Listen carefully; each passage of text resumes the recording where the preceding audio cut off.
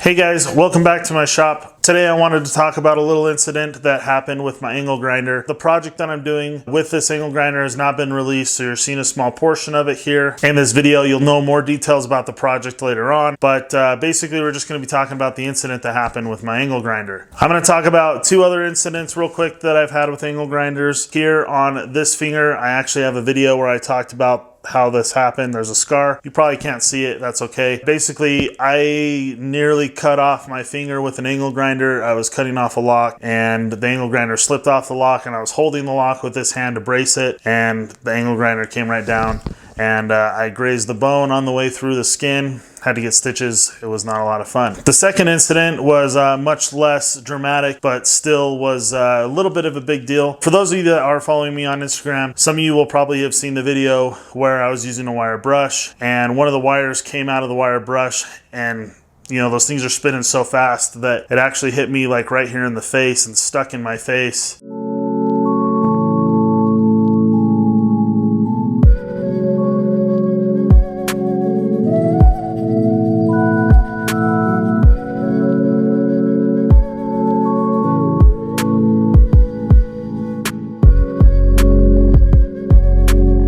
Now, this wasn't the whole wire wheel anywhere near my face. The wire wheel was down on my workpiece, and just one little wire flipped up and hit me in the face, and it was pretty painful to remove it from my face. So in that moment, I decided to start wearing a face shield more often. When I nearly cut my finger off, I was only 14. Getting the piece of wire stuck in my face, that happened within the last couple of months. I used to think that the cutoff wheels were the most dangerous attachment to put on an angle grinder. I'm starting to think that easily it's wire wheels. So let's get into the incident that just barely happened. I'm fully expecting to be put on blast for this. Whenever you admit, you know, an unsafe act or show video of some incident happening, everybody's all of a sudden the most safe, perfectly knowledgeable person about every aspect of every tool and piece of equipment ever, and they've never hurt themselves or anybody else, and they're all just perfect. And the person sharing the information, for like at least 50% of people, come out to be a moron. I'm fully expecting that, so leave your worst in the comments. So I'm going to plug in the video of the actual incident right here.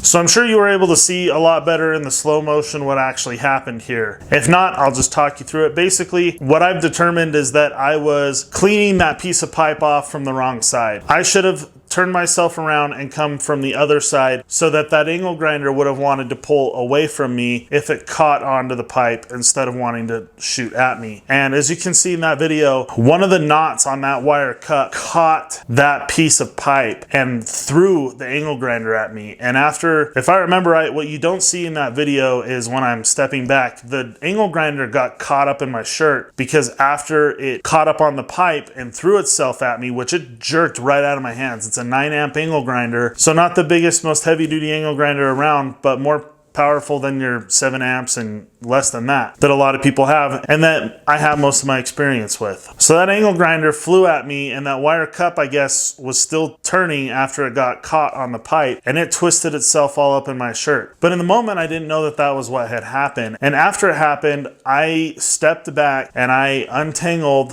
the wire brush from my shirt, and I thoroughly expected to lift my shirt up and see, I don't know, hamburger or whatever. This is a good reason not to be overweight, but I thought that my shirt had been hanging down, and I didn't know how it would have happened, which explains why it wasn't the actual case. But I thought my shirt was just kind of loose hanging down, and the wire wheel caught it and wrapped itself up in my shirt, and I thought it was going to have torn my stomach up, and I just wasn't feeling it yet. So luckily, I lifted up my shirt, and I looked at my belly. I was all right. Not a scratch on me. It could have been so much worse than what it actually ended up being. I didn't even really get hurt. It was a little painful to my hands and my wrists more than anything. But I got right back to work and finished the job. So I think there's a few lessons to be learned here. Number one being that you just need to be aware that if you're going to be using that angle grinder, that you're using it in a way that if whatever attachment you have on that angle grinder was to get caught, the angle grinder would want to pull away from you. For whatever reason, I just didn't realize that that is how that thing would have reacted. The other thing is that it's not just the abrasive discs that are dangerous. The wire cups are probably just as dangerous. I'd probably almost rather be cut again than have a wire brush go through my flabby belly. I think the third thing is just a simple reminder that angle grinders, no matter what you're doing with them, are a fairly dangerous tool. I have to imagine that American hospitals and